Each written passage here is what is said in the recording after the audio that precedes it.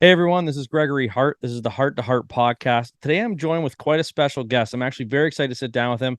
I was introduced to him a couple months ago and finally got to see him live this past Friday. He's got 4 albums out right now on Netflix, on Spotify. Netflix is to come. He's got one called Vampires Are Popular. He's got Turtle Crossing. He's got different jokes, and he's got his newest album, The Sea Train, which he released in 2021. He's also the host of the podcast Talking Wrestling. Today I am joined by Corbin.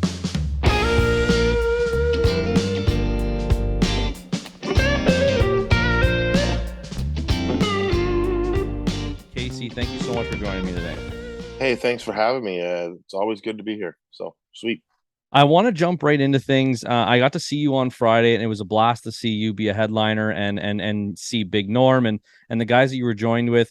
Can you give us a little bit of background into how you got into comedy? Like, I want to take things from the beginning because sometimes people who are in comedy had something big happen in their life that got them to at least take the leap into talking in front of people. So I Yeah. just want to see where you started. Well, I think it's a combination of a number of things. Number one, I like if I'm looking back, I suffered from middle child syndrome, which is basically, for those you don't know, it's basically the my brother was the first son, so he was the dad's boy, and then they go and they try for the second child, and they want a girl because they want one boy, one girl. That's perfect. You want two kids, it's great. And I came out second, and then eventually my sister came third. So when I was second, I got all the attention like my brother. But the next thing you know, once the baby daughter comes in, the princess, well, then I'm the monkey in the middle, and I don't get the same attention that the baby gets or that the first son gets. I'm just the middle, Malcolm in the middle, monkey in the middle, whatever. I'm the middle And child. I get it. and and and so I now my family has a history of loving comedy. My dad had comedy albums like the SCTV Bob and Doug McKenzie album. Yeah. We wore those shirts like take off hoser because our dad would play it on the record player in our basement, and we would laugh. And my mom loved uh, raunchy teen comedy movies like Porky's, and like I saw Police Academy in the theater when I was a kid, and I loved every minute of it, and I loved laughing at stuff with my parents, Yep. and whether it be the Muppet Show or growing up and watching different Strokes or sitcoms, comedy was always there. SCTV was a big deal because that show wasn't on until late at night on Friday nights, and on CBC. So we would start staying up late on Friday nights Yep. and watching that. At the same time, you know, around, I don't know, a couple of years later, I stumble across, like maybe when I was 12, 13, I got to see Eddie Murphy Delirious. And then, Nice. like, I'd already been obsessed with comedy movies and sketches and TV. But then once I saw Eddie Murphy Delirious, that was it. It was over. I was like, wow, that's you can do that. That's a thing. I never knew what stand up comedy was. So that was my introduction to it. And, he's, it's delirious to this day. There are jokes that don't stand, that they wouldn't play in today's climate comedy world. However, there's so much, there's so much, like, there's so many other things that is just as good as today as it's ever been. And And and like yeah, go ahead. sorry, I follow so many comedians, listen to so many different podcasts, and I consume so many specials on Netflix all the time. And even from the podcast standpoint, listen to comedians all the time. Even the best of the best reference Delirious, like Eddie Yeah, Murphy in his prime, like something that just changed comedy. And for you to be able to just watch it at a younger age and consume it, even like right when it came out, is incredible because I didn't get to really respect it until 10 years ago. oh man, like 13, like probably grade seven, maybe grade seven. Like grade six, I'd seen The Jerk, and Yeah, I just okay. thought that was the best movie ever. So by grade 7, Delirious happened, and I had a late birthday, so I was young, I was a kid, and and then all of a sudden, like, um, Raw came out in '88, which was my first year of high school, and the best of Eddie Murphy. Yeah. So all of a sudden, I get Delirious, and then all of a sudden, Eddie Murphy was just like on top, and Raw was so great too, and just like Eddie was the king. But while in between the two Eddie Murphy movies, I discovered Robin Williams is much more than Mork. Yeah. He's a Okay. brilliant comic, and this guy George Carlin from Bill and Ted's Excellent Adventure. This guy's funny too, and I discovered like all these comedians, and I basically watched like every stand-up video that the video store had, and two things I was always obsessed with: comedy and wrestling, and they're pretty much the same. So anyway, and then we'll talk about that later. But so I just like I'm renting all the comedy I can, and I'm watching all the specials. My parents are allowed me to stay up late, so every night I'm staying up till like 11 to watch A&E's Evening at the Improv, and then I'll flip it over to Johnny, and then I'd flip it over to Arsenio or then David Letterman, and then I'd be up to then I'd go to bed at 1 like every night, wake up in the morning, do my paper route, be up early. But as long Yeah. as I did my papers on time, and I was allowed to stay up late, so What a I class of became comics at that point. it was just insane. It was just like, well, back then my favorites were still Eddie Murphy. Um, like Robin Williams was great. Billy Connolly was cool. I love Louis Anderson. Howie Mandel was also a big one that I loved. Like I used to, my friend and like my friend and I used to do Howie Mandel's act to each other on the we my friends. So there was me, my buddy, and another guy on the street. Yeah. Now, when we weren't wrestling in the summer, we were in our wrestling league. We were doing stand-up comedy on the front step. So Damn. basically, the game was two of us would sit on one step, and the other one would have to make us laugh. So whether Nice. it be by jokes or character or something, and once you made someone laugh, they had to get up, and then so we used to like literally play like we try to make each other laugh, and it was like I don't know, it was just always there. And then through high school, I was on stage a couple of times doing sketches and stuff like that. But I would save all my stand up for kitchen parties where I would be at a kitchen at a party and I would hold court and I would do material from other comedians that I'd seen and my own in between. And and then one time I saw this Just for Laugh special was with the Nasty Show because my dad always had illegal cable, so we got everything for So free: did my dad. wrestling, boxing, like Like the all the pay-per-view, and you could comedies. just buy one of those cards. Yeah. Or ours was like this box will only work on this side of Bank Street in Ottawa, but if you get on this side, you have to have this box. So I had a box right Hilarious. up until the boxes just didn't work anymore because of digital television. But they were boxes were the best. Man, So yeah, so I just relatable. like think about all the pay-per-views you watched that people had to pay for. Like, thank God my dad was a pirate. Like I didn't know he was a pirate back then. But I always thought Goonies was cool. I don't remember any pirate movie that I didn't love. So when they started calling my dad a cable pirate, I'm like, fucking right, dad. Yeah. Yeah. You know, Arr! it's like, I was like, yeah, I was like, hey, you guys, Yeah, exactly. sliding down, you know. Yeah. So, anyways, that was always great for wrestling and comedy. And I saw this Montreal Nasty Show from Just for Laughs, and that was the first time I saw dirty comedy. And I was like, Best. oh my God. Like since Eddie Murphy, like everybody else was clean, and dirty here, dirty there. But like then everything on TV is always clean. So, Mike Macdonald was another one. Watched his specials on CBC, and they were great. And then, so then, this is all through high school, and this is by the time this is like '92. I see this Just for Last special, and there was Don Marrero was in it. Joe Rogan was 19. He was in it. I Wow. want to say Bobby Slayton was in it. And but the last comedian was a guy by the name of Mike Wilmot, who's a Canadian comic. And he went up and did his bit about what would you do for $1 million? Would you suck a dick for $1 million? That's what it always came down to. First it's like, would you eat shit? Would you eat shit for $1 million? Yeah, yeah, yeah. And it's like, would you suck a dick? And then his whole bit was like, you know, he had this whole bit behind it. And I watched that special, and then I did that whole bit at every kitchen party and like killed with it. And then I closed on my own story, which was about a meatball sub. So, um, so then it was like 19. I started doing comedy in '94 after I moved to Ottawa, and that's in the story in itself.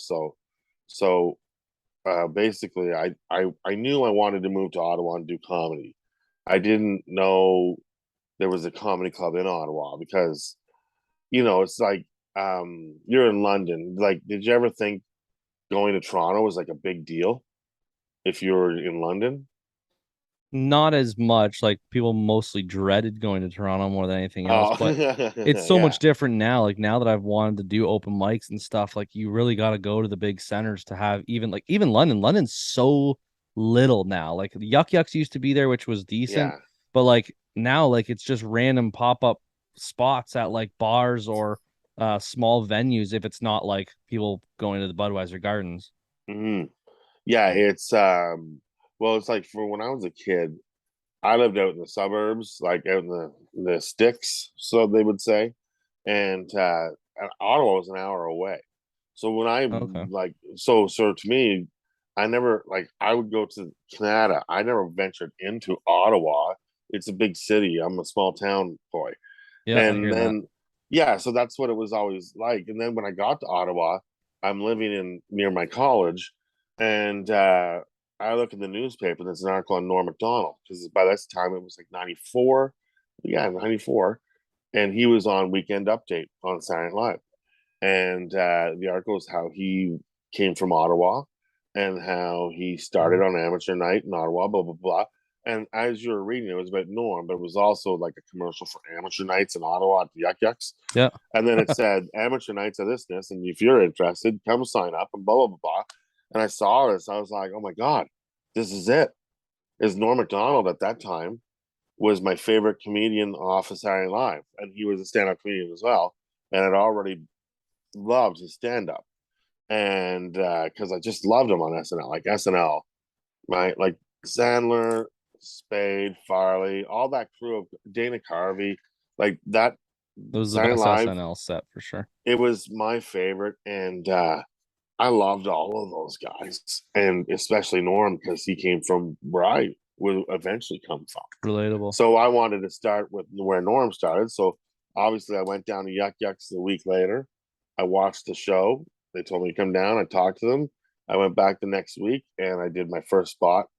And yeah, I never looked back. There was maybe I was 94, then 95, and then 96. I quit for a bit because I got frustrated with the club manager. He was just always giving me advice, and I didn't like it because he wasn't a good comedian. He was a failed comic, Fair enough. and so I quit for a bit.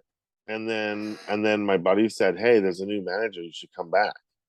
So then I went back, and the new manager was nice, and it was a more positive environment to grow in because that's what you're trying to do. You're an amateur. There's back then it's the '90s. There's one spot on Wednesday night, and there's probably about 30 comics in the city, and always new ones coming in and trying it out that are trying to get through like a radio hotline to just Yeah. call in and get a spot because it's the first 10 spots get the spots and the other 20 comics are out. Like I used to have to leave my English class every Tuesday to go at a quarter payphone and put in the quarter and hang up, do it again, do it again.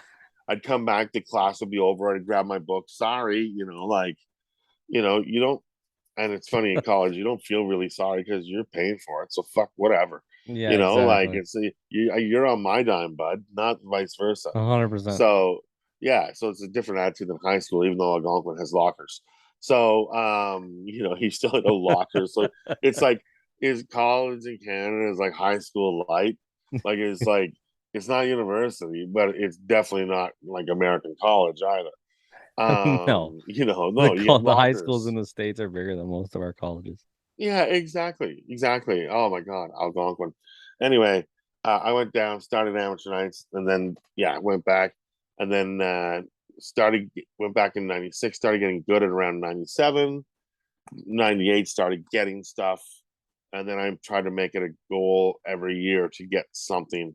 And every year as I went, I usually achieved at least one of my goals, and Perfect. it's been a long, long career. It's been over 20 years. So yeah, 94. So yeah, we're coming up on Jeepers. It's got to be maybe that's 30 years. I don't know. I can't do the math.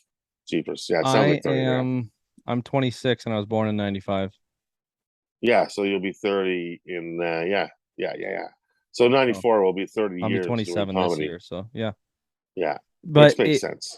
it hearing your whole story is honestly motivational for me. Like the way that you read Norm's story is how I try and relate to you guys now because I've done one open mic night. That's how fresh I am into this. Yeah, Is like, but hearing like your upbringing, like being the middle child, I was the middle child. I happened to be the boy when they already had a girl, so it worked out a little differently for me than it did for you, I'm sure.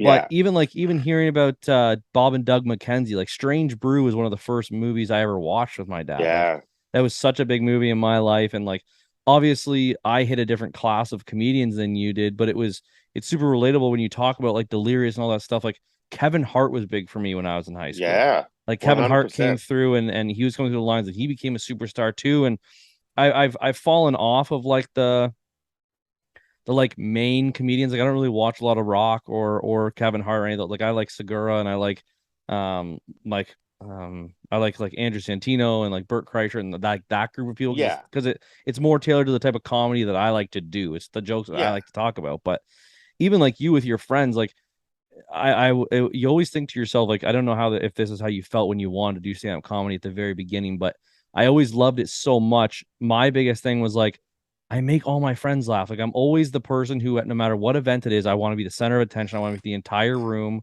yeah, laughing their ass off so that no one else even has a chance to speak. But at the same time, in your head, you're like, am I just like the only person that allows anyone to speak? I'm like, am I actually funny? So it was really fun to actually get to do an open mic night and just hearing about your entire like the way that you like left high or college to go ring that payphone. Like you started like at a great age, like to start yeah. so early and start Well, getting those I routines in. the sad thing is I knew it. I knew the minute I watched Delirious, this is it. And I told my parents at 16 at my uncle's wedding. I said, they're like, where are you going to do for college? I was like, I don't know. I'll probably take hotel restaurant management or something. It doesn't matter. I'm just going to be a comedian anyways. So, and that's Wow. exactly what I did. And why hotel restaurant management? Because I like Cheers. Like I thought, if I'm going to ever have a job, I want to be like Sam Malone and be behind a bar and make jokes and make people laugh. Because that way, I always look at Sam Malone was always on a stage, Yeah. like and everybody was like, look at all these guys that sit around a bar and idolize this dude. That looks good. It's all about just wanting attention. So anyway, then but the thing is there's so much rejection in this business, and it's so tough. Like not getting your spot here or not getting a spot there, or working really hard in your set and bombing, and then you have to deal with that rejection. And then the manager tells you, don't come back next week, take a week off. Then there's that reject. It's always rejection. Then you start, you further you go, it's like you will take, you might take 10 steps forward and then get knocked 5 feet back.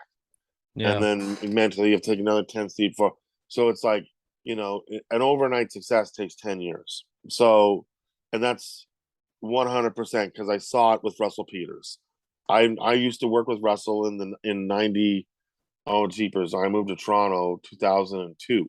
So 2002, 2003, 2004, I worked with Russell at the downtown Yuck Yucks Club, And then the special came out, then YouTube came out.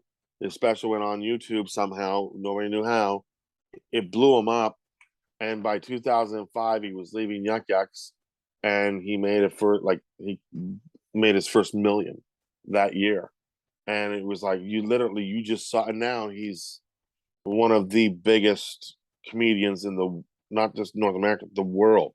For sure. Like when they, you know, when people go, oh, I'm going to play this country, where you're playing, you might say the bar, or you might say the venue. And when Russell goes plays Saudi Arabia, it's for the royal family. He's playing for Saudi Arabia, like Yeah, literally, like he's friends with the princes and all. Like you wouldn't believe, like he plays the world, and that's a big deal. And he still sells out Toronto hockey rink when he comes here. So I've seen it happen. But there are times, but where even when you're down, there have been times in my career where I get a sign from the comedy gods, and they tell you you're on the right track. So the first one, well, it was kind of like Norm being, oh my God, Norm's from Ottawa, and then me learning about Norm, then going down to the club. yeah. That was an arrow in the right direction. But then, 97, I was in Ottawa's funniest new comedian or contest. And I was in the finals.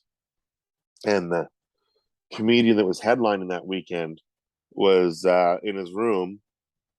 And during the judging, he came down and did a spot to showcase his headline set for the weekend, as well as the judges are judging, so he's got to be there and do his thing.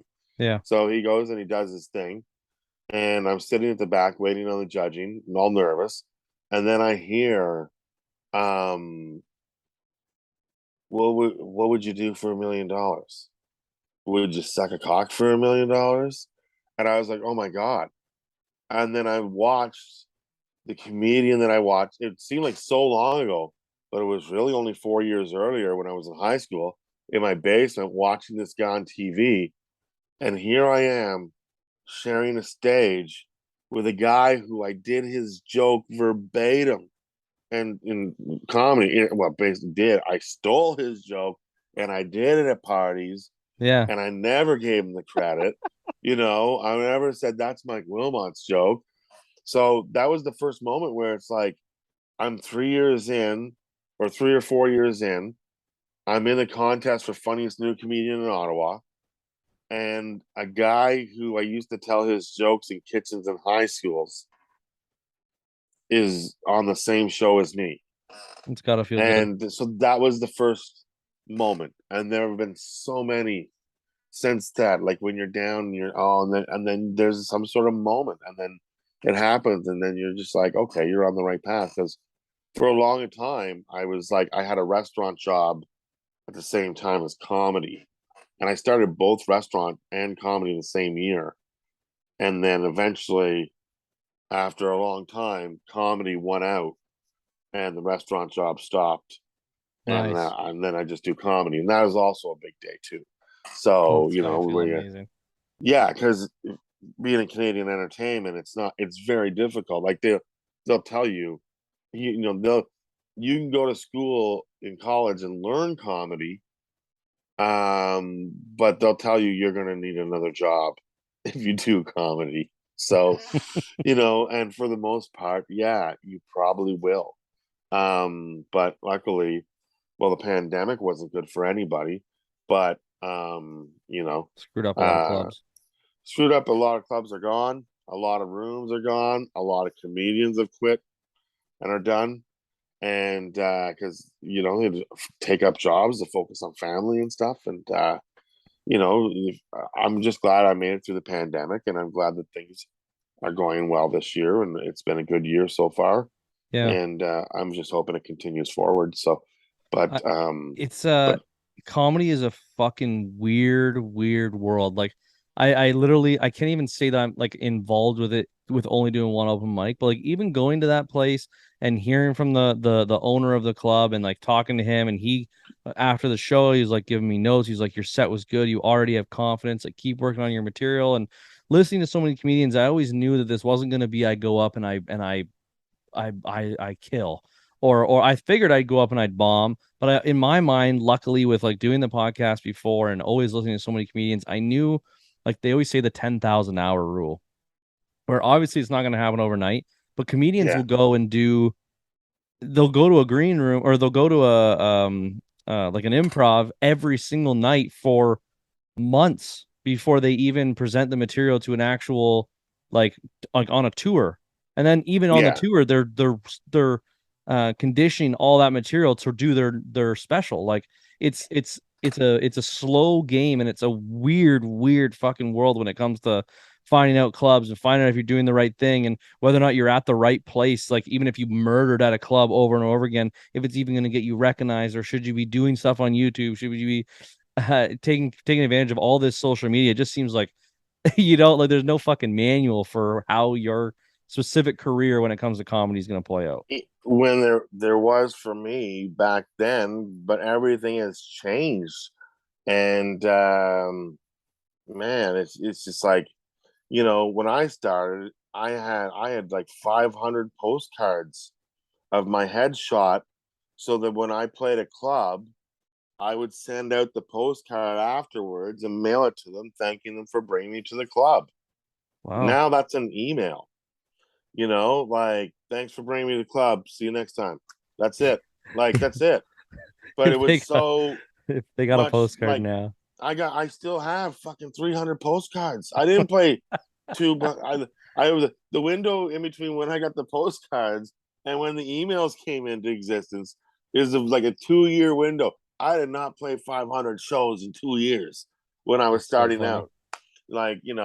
But mind you, um, you get things, and so the next, so once I started getting things, like, first thing is I made that contest, and I knew I was becoming really good, or good as an amateur comic, and also having the time of my life with my comedian friends.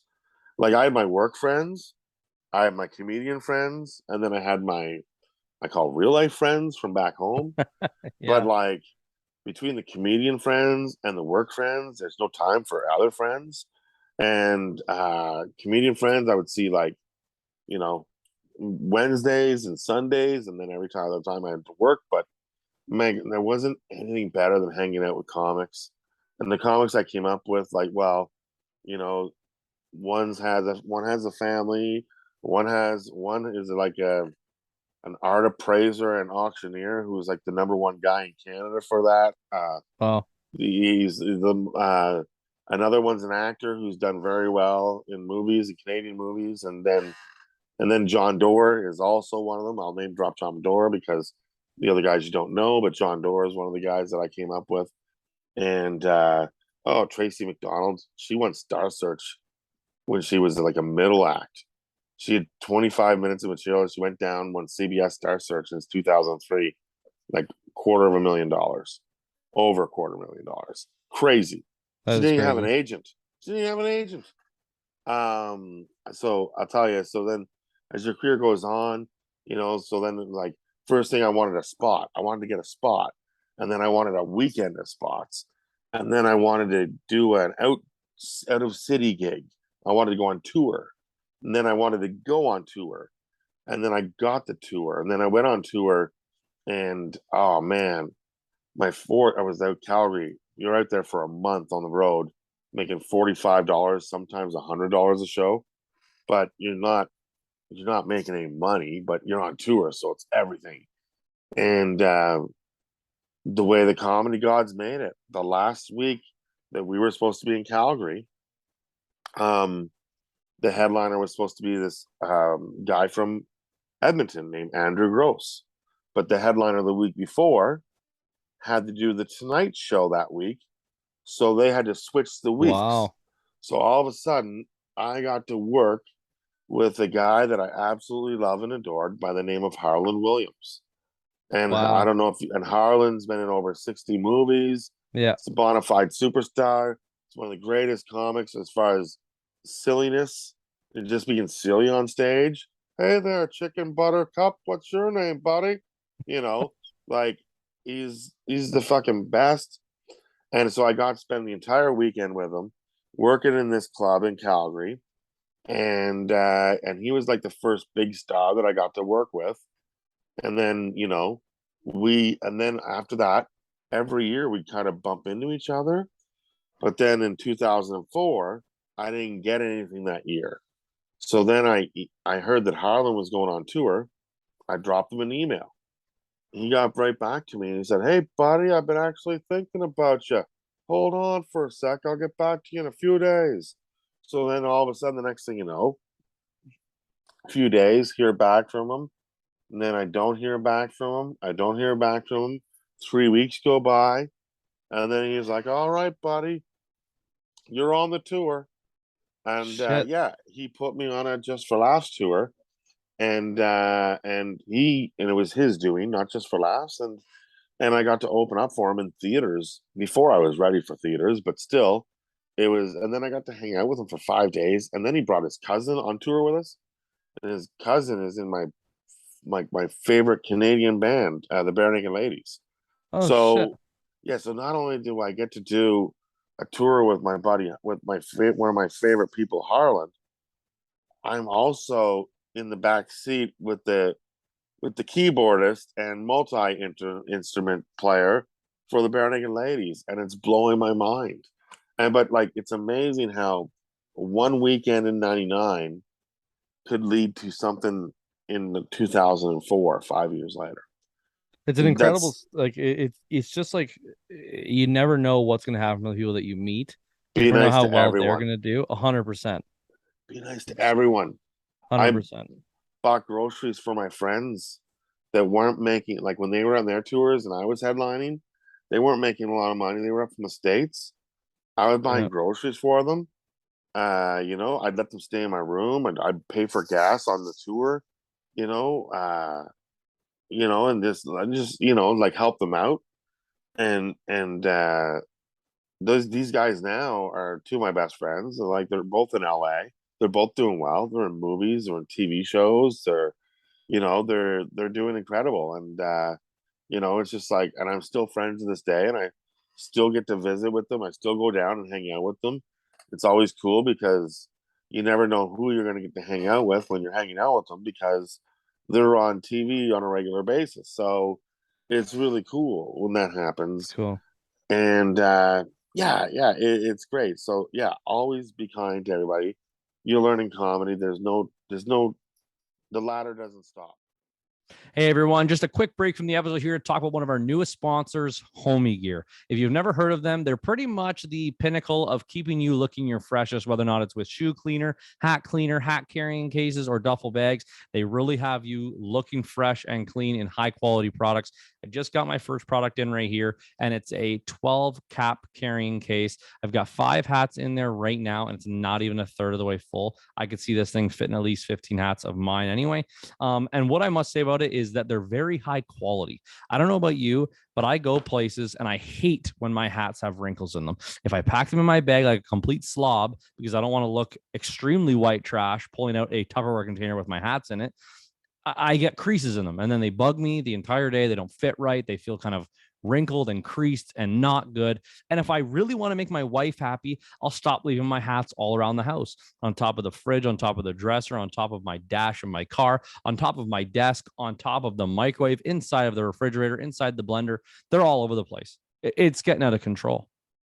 That's where the 12 cap carrying case comes in handy. Not only looking at fresh as hell when you show up to an event with your hats in a proper carrying case, you've got lots of space for them all, lots of room for more, keeps them dust proof, keeps them in good shape. And the hat cleaning kits. You know how many chemicals that are out there right now that you'll try and use on your hat, and it'll either like deteriorate the color or it'll make it bally It'll smell really, really weird and chemically. They've got you covered. They've got hat cleaners, hat conditioners, shoe cleaners. They've got scrub brushes for your hats to keep them looking and feeling their best and keeping you looking your best and feeling your best. I highly recommend you check them out. That's www.homeygear.com. That's HOMIEGEAR.com. Go grab yourself a hat carrier now. If you have as much hats as me, or your wife's just, sick of seeing your shit, go check it out. Highly recommend. Let's get back to the episode. Holy shit, I'm so sorry. Oh, don't worry about it. Jeepers.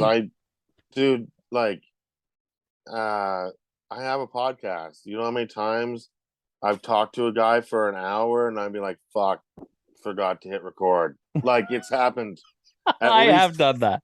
at least four times. At least four times. So and it's always the ones where it was like an unreal conversation. You're like, fuck yeah, that podcast was sick. And you're like, what the fuck? dude, I had like my favorite porn star on my podcast from when I was younger, No Jasmine way. Sinclair. Yeah, so it's through Instagram. She started. I'd followed her already, but she started following me because she's a fan of a show called Virgin River, and Yep. one of my friends is on the show. So when I saw that she made a comment on her page, I favorited her. So then she saw that we were friends, I guess. So she friended me, but then researched like who's this guy. So then one time she just said to me in a DM on Instagram, she's like, "I love your Steel Panther shirt," and I was like, "Where?" And then I realized, oh, I'm wearing my Steel Panther shirt on my Spotify page, and I was like, "Oh my god, she's on my Spotify page." Unreal. Yeah, and so she turns out she has a history of UCB, Uptown Citizens Brigade comedy sketch in LA.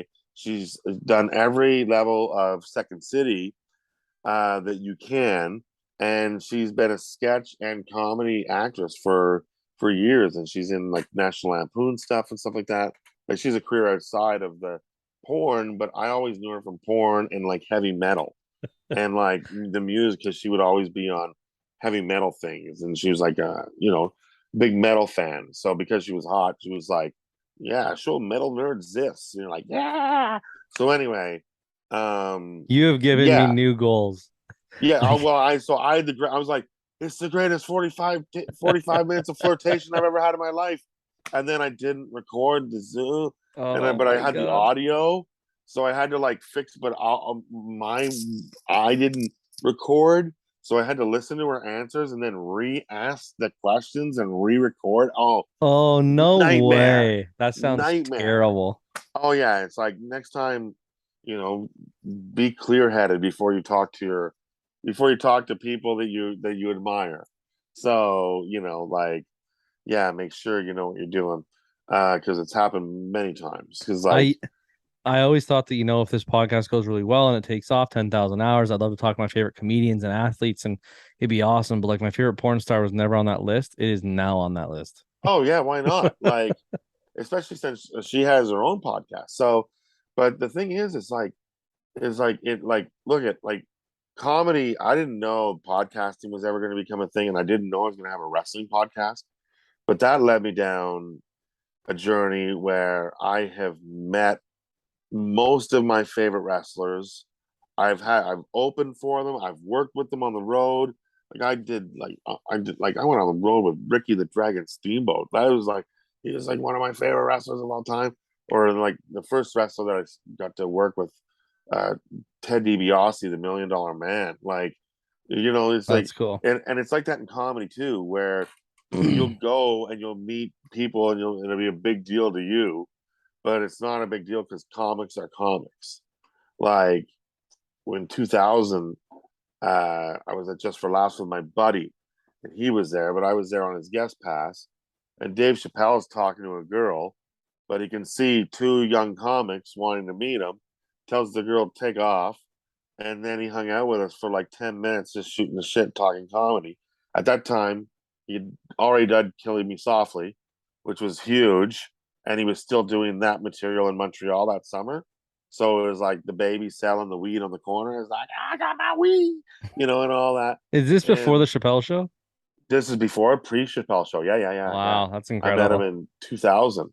It was all I met Dane Cook that summer too, 5 years before he blew up. And I told him, I was like, "You're like Will Ferrell meets Jim Carrey, and you're gonna be huge." And then 5 years later, him and Russell Peters kind of blew up the same time Yeah. because he was like the MySpace guy, and Russell Peters was the Yeah, he YouTube was the guy. MySpace guy. That's Yeah, hilarious. he was all over MySpace. And then Facebook came and down went his career, like everybody else on MySpace. So, I need to find out what the latest app is and get on that shit before anybody else. dude, like you never know. You never TikTok or there are TikTok stars getting booked into comedy clubs and making way more than what I make. I'll tell you that right now. You know, it used to be you had to compete with ex television stars. Like I get to work with Screech from Saved by the Bell, who I've worked with several times. Always nice, but a little creepy at the same time. So Are you doing like, I see like, I forget what the actual name of the Friday night comedy show I went to with you and Big Norm, and do you guys do comedy shows together all the time, or is this no. like, how does this work? Did the event space reach out to you guys to have you all there at the same time, or do you guys kind of reach out to each other and like, let's do a night here or something? So there's a booker who's affiliated with comedy. He does comedy, but he also books, and he has a company called Different Nights. Okay. DIFFRNT. It's very similar to my title, Different Jokes, Okay. which is but different, a different per se, but Different Nights, and he's and the guy produces shows, comedy shows, music shows. So basically, he sees comics that he likes, and he's like, "Do you work with independent producers?" And I'm like, "I work with whoever hires me. I don't care." There's a saying in wrestling: all that matters is the money and the miles. Yeah, exactly. As long as the miles matches the money, and vice versa, then I'm good to go. You want to pay me to go, you drive 8 hours, the pay better be eight, because it's like a lot of people are like, oh, comic only works, like a headlining comic only works maybe 45 minutes to an hour a night, sometimes 2 hours a night. And it's like, yeah, yeah, but you don't realize the travel. Sometimes it takes, you know, 3 hours just leaving Toronto. Sometimes it takes like to get to London, it's 2 hours away, but it takes 3 hours on a Friday. Yeah. So sometimes even longer. So it took 3 hours to get there. It took 2 hours and a bit to get back. So all said and done, by the time I'm home, I've put in a full 8 hours, you know, of work, of me not being at home. I'm on traveling, or it all factors into the money of the show. So that's the way I look at it too. So for this show, I was getting a free ride, getting a free meal, getting paid pretty good for 20 minutes of work, and but I don't. That's the first time I've worked with Big Norm. I know who he is, but we don't cross paths a lot because we play different clubs. Although I'll see him at the corner. The corner is a good club in Toronto. It's a fun one to do. I'm gonna start doing that again. But but yeah, right now I mostly play Yuck Yucks clubs and other independent clubs. But the satellite rooms like London, I don't do those very often. But they come in, there's There one, it's the only place in London I can play right now. So I either do London, that's where I'm going to do, or actually I was in London earlier this year. I got to lie, I was opening for Jerry D, and I was at the Centennial Theater. So like Mr. D? yeah, Mr. D, yeah, yeah, Yeah, yeah, yeah. yeah, yeah. So I opened for him for about 4 or 5 shows earlier this year on his tour, Nice. and London was one of the stops. So yeah, so I've been twice this year. So I I got into comedy and podcasting and all this stuff during the pandemic. So I literally, your show was the second show comedy show I've ever been to live that wasn't the one that I did my open mic at. oh, well, My that's open great. mic was my first time ever stepping foot in a comedy club. Oh yeah, yeah. Like once you like, first of all, go to comedy clubs. 100%. Don't get trapped into uh, um even when you do go to Toronto, and you will, you don't get trapped into the open mic scene. because open mic comics horrible. They're young. They all have attitudes. It's just being young and just being young in comedy and having attitudes. But the thing is if you get trapped, you open mics are good for developing material, but you can't really go anywhere in open mics unless you somebody branches off and starts producing their own shows. But then it's usually three open micers. Let's go do a show, and it's not good. Usually in that case, if you do get to that level, and we're gonna two open micers and let's go do a show, get a headliner or someone who's a little more established to headline it, and you open micers do the tour with them. That's the way I always did it. I'm like, because you can't be, you think you can be the star at that point, but you can't. You don't have the material. You just think that. So it's best to like grab someone out. Like in wrestling, 100%. it's like a tag team. You want to get someone over, we'll take this new kid who looks great, we'll put him with this older guy, we'll make them a tag team. Eventually, he'll turn on that guy and he'll go up and the other guy will go down. And that's the way you build wrestlers. It's the same thing in comedy. It's you just gotta make the choices, but like there are people that want to do open mics and to stay away from comedy clubs. The comedy clubs I still think are the best place to be, because that's where when people go to an open mic, they're like, let's go check out an open mic. We don't know what it's going to be. It could be a train wreck. But when you go to a comedy club, it's always going to be good at some point, especially if you're a newbie. Like if you're new to comedy, everybody's funny and everything is good. But sometimes you'll go but the more you do comedy, the more you learn. You see who's doing tricks, who's not doing tricks, what writing is garbage, what writing is good. I used to be a horrible comic. I think I'm a pretty good comic now, but Definitely. it took me a long time to get my character down and to get my writing down and my performance down. And it's a lot because you don't even think about when you're young. You just think about writing jokes and getting laughs, and that's what you should be thinking. But there's so much more to it. So, there's all aspects of it. Are you saying like you do not like when you're starting out at comedy, you don't have to start at open mics? Well, you can call up a new talent night at a comedy club, and then go watch the new talent night, and then try to get in on a new talent night on a Wednesday night at Absolute Comedy in Toronto. It's sold out pretty much. The place is packed because it's $5 to go to the comedy club, and college students go and everybody goes. Where are you going to get a better audience than that? You're not. It's like, now mind you, I do say in Toronto, go hit a couple open mics first, get your 7 minute set ready, and then go do Absolute or go do Yuck Yucks. They always have huge crowds, and crowds on amateur nights are always a little extra supportive. So Yeah. because they want people to do well. So Damn. the school has a show that their graduates do and their comedians do at the Humber program at Yuck Yucks. It's the most encouraging show ever. No, but you have to be really bad to bomb. If you bomb, they're like, keep going, you're doing well. Like it's not real. It's not real life. It's so it's so encouraging. Yeah, but yeah. So I still That's think good to there's hear. and anybody can say they're a headliner, make a good poster, but when you earn the headliner title in the comedy clubs and you start getting paid like a headliner, and then acts look up to you because you start, they look up to you as a headliner. It means something. I do believe that, and it's just like earning your steps and making your way up. And there are tons of people that call themselves headliners before they go, but then they get on a show with a real headliner, and well, they learn pretty quickly that you know they're not headliners or whatever and whatnot. So I gotta say, like what made me want to interview you after seeing your set was that you approached the entire act a lot differently than I think I've seen a lot of people approach it. First off, you're like Actually, I'm not really afraid of offending you.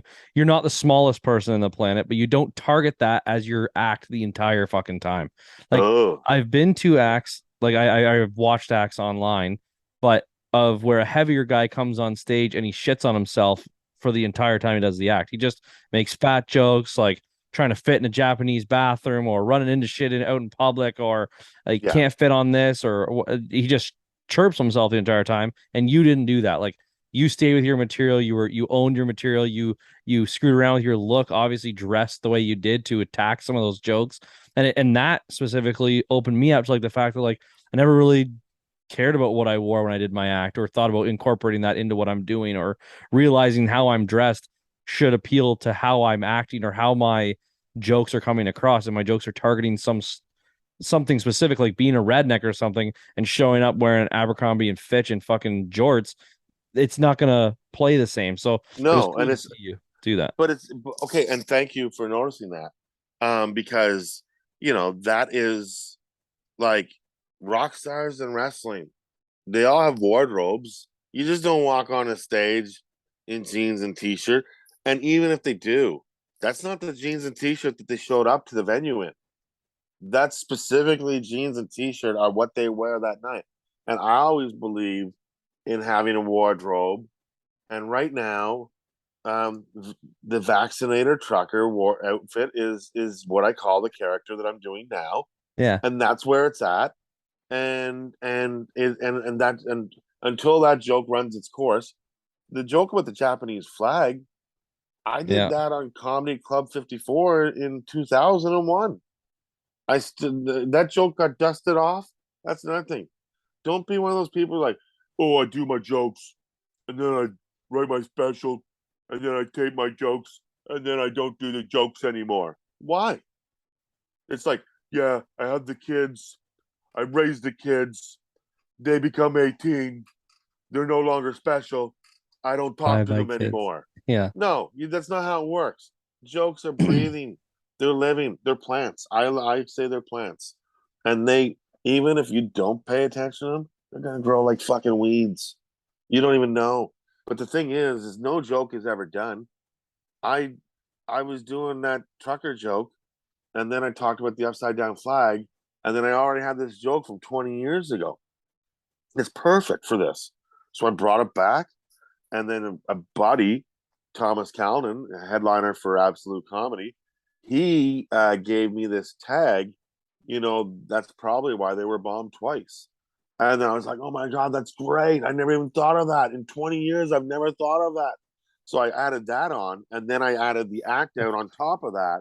So now I have this bit, it's still the nucleus, but so much more. Now it's like, a, you know, jokes become bits, bits become chunks, chunks become pieces. And then you have a 5 minute piece that you start out the show, or that show second bit. Technically, all the silly French stuff at the start, that's the first joke. The Yeah. second joke is the vaccinated trucker. But those two jokes, 12 minutes. Like, it's all like little stuff that just add up and add up and add up and add up. Like Jumanji, I feel is the most ridiculous joke. But if I do that first, because if the audience is on board and laughing at that joke, I got nothing to worry about for the rest of the show, because that's as silly as I get. And then I know I can be silly in other places if I want to be silly. And I think silly is great because Harlan Williams is a silly comic. Howie Mandel is a silly comic. There's so much room for silliness within comedy. Sarah Silverman is silly. Todd Glass is silly. Rory Scovel, so fucking silly. John Doerr, extremely silly. And these are all the comics that I like. So Hearing you talk about it, honestly, like it's hard like just starting out to know what you should do, what's right and what's wrong. Like if I play a club, like you say, like as a talent night, and I go yeah, out and I try my 7 minutes, am I stupid to go back and do a similar 7 minutes the next time? no, you should be doing the same 7 minutes. Okay, good. Did you I know? And anybody who thinks they have to write a different seven, that's what I thought when I first started, because nobody told me. But the fact is your whole career, if this is the beginning of it, all you're going to be doing is trying to find that best 7 minutes. Because once you get that 7 minutes that get you off of open mics and new talent night and get you a paid spot on a pro show, you have that 7 minutes. You get paid for it. It's a good 7 minutes. But at the same time, you have to start building your next 7 minutes. So 100%. maybe for now, you take these two jokes out and you start inserting, your starter, your finisher, your big bomb in the middle. It's like building a wrestling match. You know how the start's going to be, you know what the finish is. Everything else in the middle, you just sort of figure out on the way. Like when I That's go, I awesome. know where I'm going to start and I know where I'm going to finish. I hit iTunes shuffle in my head. I don't know. Sometimes it could be 2 nights, same show. Some nights it could be 2 nights, completely different shows with same start and finish. But it's all whatever jokes that may be, right? So, anyways, always be working on that 7 minutes and making it better. It doesn't mean write a new 7 minutes every night. No, the jokes that work, keep them in there. Tape all your sets, and just like audio, because the audience, you will hear the audience. That's your job. That if they're laughing, then it's good. If they're not laughing, then it's not good. And so and then the jokes that are good, keep them again, and then go back to work on what didn't work, or what new ideas you have, and do it that way. Because your 7 minutes is going to get you on at the clubs, and then that's where you get to showcase for That's festivals cool. and stuff. And when you showcase, you know what they want to see? Your best 7 minutes. So the whole way I had always looked at it was, I'm always trying to write the best 7 minutes, and as you keep doing it, um, you're writing more and more and more, and that's how you build your time to 15 and 20 minutes, because your best material might not be the material from before. You might write something better. Next thing you know, your closer's gone, because now you have something better that's a better closer. And then maybe you take that closer and you put it at the start. And then Shit. you start, so it's always a puzzle that's always moving and changing. But it's always like a plant. It's always growing. There's always and it's like a wrestling match too. You can, because the wrestling match, you might start in a 3 minute match. Yeah. How do you make that memorable? I went to the Comedy Store in LA. They gave me 3 minutes. I got 3 applause breaks. 3 simple jokes. Boom, boom, boom. Like all 1, 2, 3. Walked off high as a fuck, like just natural high. Oh Because yeah. I wasn't on the big stage. I was on the original stage, Yeah, the and original room, that's the yeah. stage is where the history is, and that's the stage I want to be on. And of course, I want to play the big stage, but 3 minutes on the original stage, that's a big deal. And You doing well is great. You Casey, know, you're sitting here, you're fucking spitting knowledge about comedy, and I'm literally sitting here not even like interrupting to comment on it. I'm just watching my fucking screen. Like I'm watching a podcast right now. Like it's on, like this is exactly why I wanted to speak to someone with the expertise and experience that you've had, because it's so pushing. Like it literally makes me want to get on my computer the second we're done here and find clubs in London and Toronto to go to do like new comedy nights and new talent and find new spots to do so I can do it more frequently, because that well, you don't even high. have to. You don't even have to go to Toronto, Hamilton, Kitchener. Oh, They have the places to do comedy. So Kitchener has an amateur night, Levity. I mean Hamilton Levity Comedy Club has an amateur night. Kitchener, if you start going to, I think it's the Rusty Nail. that's where I I did don't my know. open mic. There you go. So Sandy McFarland's the guy to talk to there. Yeah. If he likes you, you work your way up, and he'll give you spots. He's the Like one that talked to me after the show, said I had confidence and liked my routine, and they. he's a nice guy. So he'll bring you back probably. So, like if you do well enough on his open mics, he might bring you back for a pro show and put you on there and give you that opportunity there. So that's just knowing already, a professional booker, Sandy Shit. McFarland. So that's a good thing, and then yeah, and just don't be afraid to ask comics for advice throughout your way, because every comic loves to talk about themselves, or else they wouldn't be on stage with a spotlight and by themselves. They'd be, Yeah. if they weren't like that, they'd be in a sketch troupe. So, because they'd be a team player, but most stand-ups are all about themselves. So because no, I'm not saying we can't do sketch. Like of course I can do sketch. Do I do it that often? No, but you know, it's just I never get invited to do it very often. So I would do it more often if I was, but writing sketch is also difficult though. But stand up just comes more natural to me, and even the character, like the thing is too, like you said, the noticing that I dress a certain way, and then that's the character dresses, and I usually incorporate whatever I'm wearing into my act. Like I usually wear Adidas jackets and shoes on stage, so I'll be like, don't be confused by the Adidas jacket and shoes. I'm not an athlete. Why they make triple extra large Adidas jackets and sell them in an athlete's world is beyond my knowledge. I said, but they have been selling a lot better since they moved them Yeah. from the third floor to the first floor. Yeah. Yeah. So, but that's the thing, is if I'm going to do fat jokes, they're going to be clever. And Yes. and and another thing is Not a pity party. yeah, very early on in my career, I got labeled as a dirty comic, and and I was dirty, but I just swore a lot. And then the older I got, the more I wanted to be a clean comic, but just with edgy material. But everything should be like, Like you a know, tightrope. like I call it clever dirt. And also, like my hero, like Norm Macdonald, I play a dumb character. But if you listen to the material, it's smart.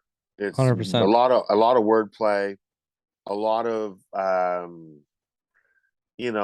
just like double entendres.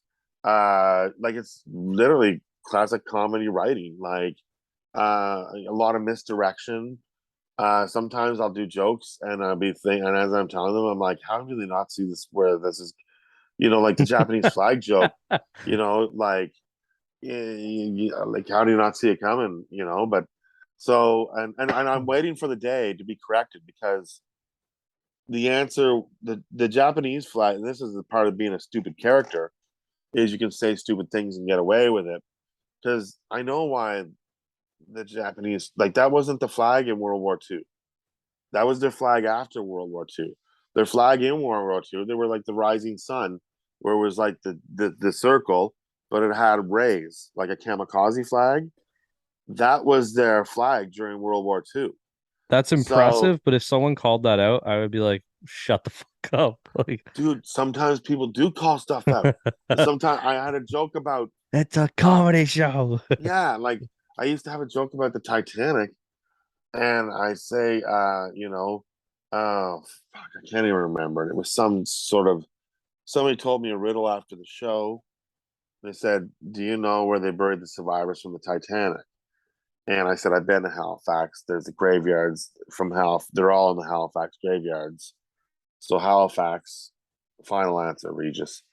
And then the person's like, wrong, you don't bury the survivors. and Oh, yeah, yeah, yeah. and then I said, you do, when they were on the Titanic, and it's 2018. Or maybe I said 2012 when I told the Clever. joke or whatever. Very And clever. because I was like, you do the math, they're all dead. But no, there was a survivor. And somebody's like, there is a survivor, and she lives in England, and blah, blah, blah, blah, blah. And it turns out I did research on it to make sure it was true. Leonardo DiCaprio, for some reason, paid the rent for the last 2 years of this survivor's life. I was like, why? Because you were fucking in the movie? Who cares? Yeah. Like, why did you do that? I don't understand, but Maybe if it was good the on him. person that you played, but like this fucking random survivor, get out. No, it was a woman. It was probably a woman that was an extra in the movie that he banned. I don't know what he did, but Maybe. anyways, but Yeah. yeah, His but anyways, corpse. I always try to be like Norm Macdonald. Always had the simplest, like the dumbest, right? Like the dumbest character. Like he's if you look at every movie he was in, he plays an idiot. You know, he plays like, even when he's on uh talk shows, he plays like he doesn't know what he's talking about, but then he's one of the most intelligent persons or like when you listen to his jokes and his structure and everything, what he's one of the best joke writers ever. Like I've I look, I've watched numerous videos on YouTube of his stand up because it's not the easiest thing to find, not in a movie. But watching a bunch of his sets on YouTube, every time that guy hit the stage, it was something different. Like he would yeah, just walk up with no agenda and just start speaking. Like yeah. that's what it felt like anyway. Well, you see, okay, hold on. I'm gonna reach up back here.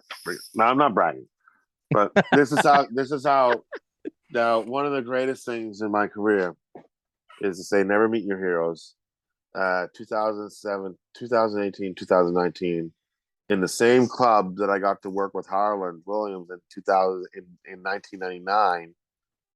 I'm now working with my hero Norm Macdonald. I ain't gonna meet Eddie Murphy. That's impossible.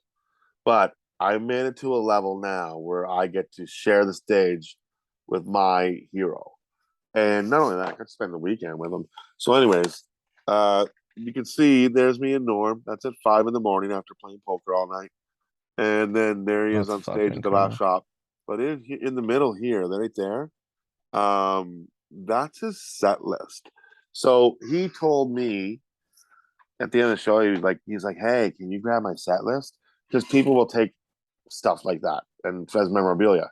So I'd take it off the chair, then I took it in my room, and then I kept it there. But I was like, oh, but what if I fuck up, or what if the maid comes in and steals it? So I took a picture of it, and so then, I would put it back on the chair the next night, and he would have it there.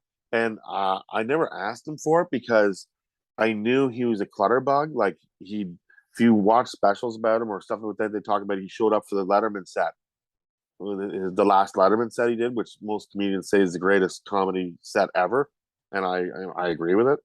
And he said when he showed up, he just had notes everywhere, and he just started putting them in order. So I wasn't going to take his set list, but I did take a picture, and now it's framed. But That's so when, cool. but here's where it's really cool. His last special that he did on Netflix, where it's just him and the mic, and you can tell he's sick. He after the thing, there's a bunch of esteemed comics sitting around talking about it, saying, would it play in the theaters? How would it play? Well, I went to the set list, and the first 5 jokes he did in the special and the last 5 jokes he did in the special. And I can tell you for a fact, they killed. They fucking killed. And so it was good hearing them do those jokes again. But my memories of those jokes are like him killing with those Oh, jokes. for sure. And that's a better memory to have. But I do love that special, That's so and incredible. yeah, and he's the best. Like just the coolest. Just like one day he just indulged me, and I asked him stories about not even about Saturday Night Live. I just asked him stories about Yuck Yucks, about what it was like for him when he was coming up. And there's so many of the same people that I started with, he started with. Yeah. So, like managers and old comics and stuff like that. So just hearing his stories about starting and then sharing my stories with him and making each other laugh, nothing better than that. You don't get many moments like that where you meet your heroes. And yeah, that's definitely like, right there. That's it. So, My mind but just goes immediately to like being able to like play poker and do comedy with Segura. Like he's like my class of he's my yeah, type of humor. I fucking love that guy's podcast and everything he does. And it would like it put me into like the mode that you would have been in playing poker with him and being able to put his set list back on the chair and just experience him in his prime. And it's just mind blowing. Like that's so awesome. You got to experience that. yeah, it was awesome. Like that's probably and again, that the comedy gods, they made this sort of bookers and everything, and me also begging the Calgary booker, come on, bring me in just one weekend. What's it gonna? You headline me. You don't think I can host for it?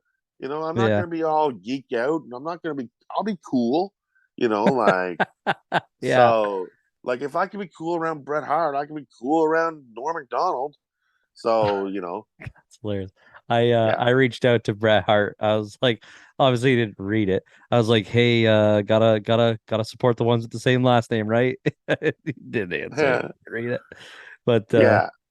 man, I gotta say, Casey, it's been a joy to hear about your career and where you're at now, and you're still at the grind, you're still going for it, you're headlining, you're a full-time comic, you've done your dream, and I'm sure that your dream is still just to keep going and do bigger and bigger spots and travel more and do a big tour, and Yeah, it, it's yeah.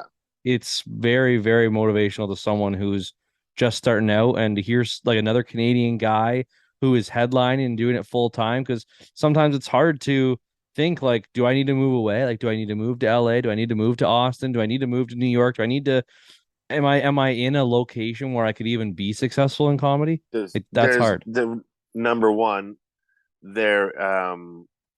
There's no point in moving yet Yeah, for sure. until you get good in Canada. Because what happens is comedians that get good in Canada first, they go down there and, like, believe me, you stand out. You stand out. Like, look at I'm a nobody in LA. When I go on LA, my friends will get me on shows in LA, and they're like, and then their friends are like, "What's he like?" They're like, "He's gonna kill." And then I go on a show with all these people, and everybody has big name American credits, and I'm on there, and I have Just for Laughs, sure, but I don't have Conan, or I don't have Fallon, or I don't have any of those shows.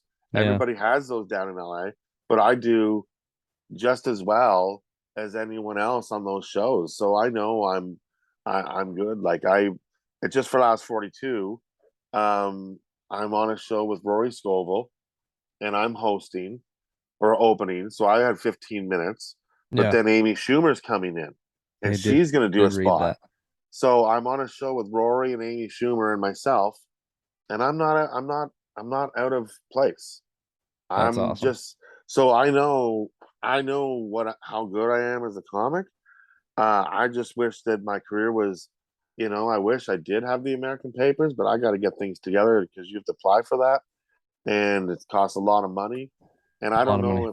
I don't know if that will ever happen, but I would love to make it to a level in Canada where I get to play theaters on a more regular basis. But the fact is, it's very difficult without constant TV or constant radio, and we don't have a star structure in Canada. The Quebec does it, and the Maritimes do it, but the rest of Canada is just happy with watching Big Bang Theory. So it's That's very, it does suck. uh, It does. Look at the Comedy Network used to have specials and Canadian, so much produced Canadian talent, and now it's like 12 hours of the Big Bang Theory because brutal. it's cheaper. So It's better to buy American than it is to create our own stars, and that's the problem in Canada. Is because we're the kids of, we're the child of Britain, and then we're the next door neighbor of America. So we want to be like America, but we keep being like Britain, and we don't have an idea. We're the middle child. We are in the middle we are the of we are America the middle and Britain, child. and nobody listens to us. And then when we look at when a star does make it, fuck, everybody loves to talk about every star that makes it in the States, but I'm like, they don't come back. They don't care. You think Jim Carrey wants to come back to Canada? He doesn't come. He fucking doesn't care. Well, Canada didn't do anything for him.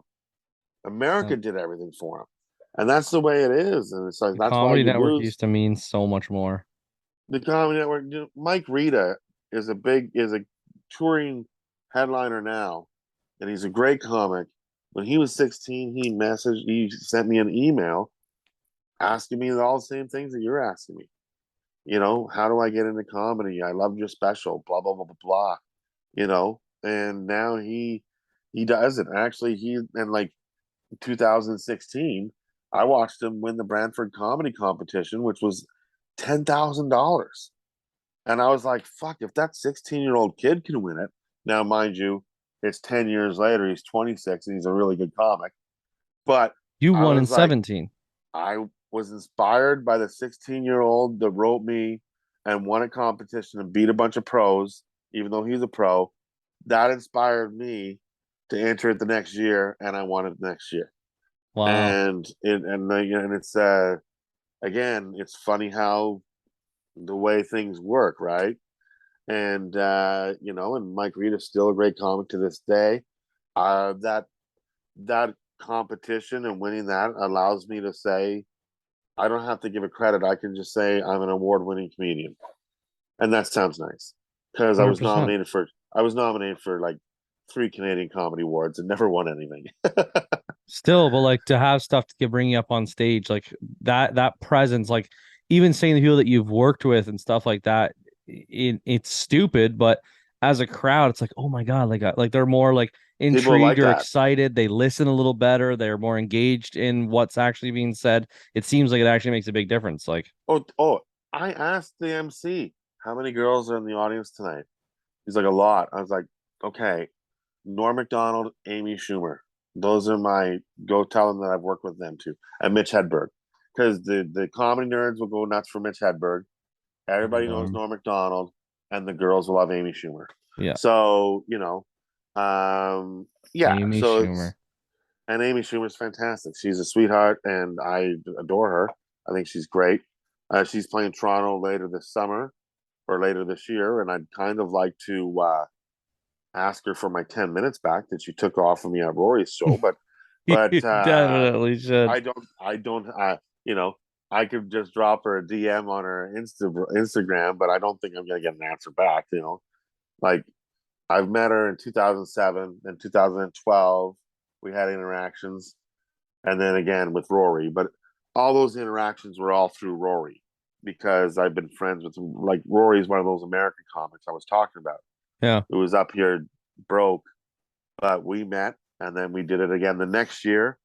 And then the second year that we did it, we actually filmed a web series called The Apartment. That's 15 years anniversary this year. And Unreal. we were just talking about it last night last night and a couple weeks ago. Whereas like it's 15 years, I was like, would you be opposed to doing something for this web series that never really made it because we never used music licensing, so we just stole all this music and just so it's like on YouTube. But it It's will only never on get promoted. it's only on Facebook. Facebook, it's not an issue, and nobody. So it's always been on there. But we have a page. We've just never promoted the page. So we're gonna do like a little mini short documentary on it, and then we're gonna do a page, and then Nice. and so anyways, we're just talking about this thing, and yeah, that was also 2007. So that was like a really good year of 2007 for me, and just doing that was so much fun. And then here we are, 15 years later, and we're like, I was watching Old School the other night, and Will Ferrell breaks up with the girl in the graveyard Yeah, after the 100%. and then he walks away to Here I Go Again, that Whitesnake song. So then I was like, wait a minute. So then I went to our web series, and there's a part where it's like a bromance between Rory and I, and it's all improvised, long form improv. We knew what we were going to do. We just didn't write any dialogue. We said, this is where the scene has to go. This is what we have to do. These are the jokes we have to hit. Let's do it. And then we just filmed it, and we just made up all the words as we went. So I never even knew that was long form improv, but I just thought it was like having fun. But that's what it is. So anyway, um, we do this scene where we break up, and then I said I quote the lyrics of "Here I Go Again" to him as we're breaking up, and then I walk away in the same direction that Will Ferrell walked away in Old Yeah. School. But in his movie, "Here I Go Again" was playing, but in our thing, I was reciting the lyrics to "Here I Go Again," and then I While walked walking away away. Yeah. while there was another music song playing underneath. But I was like, I just sent them these 2 clips back to back last time. Like, Yeah. I was like, did we accidentally steal this from Old School? Because like, and the reason why I sent them this is kind of cool. Um, he just did the Ron Burgundy podcast live with Will Ferrell as Ron Burgundy, and then he was playing Ron Burgundy's brother, Billy Burgundy, and they filmed at the Largo Theater in Beverly Hills.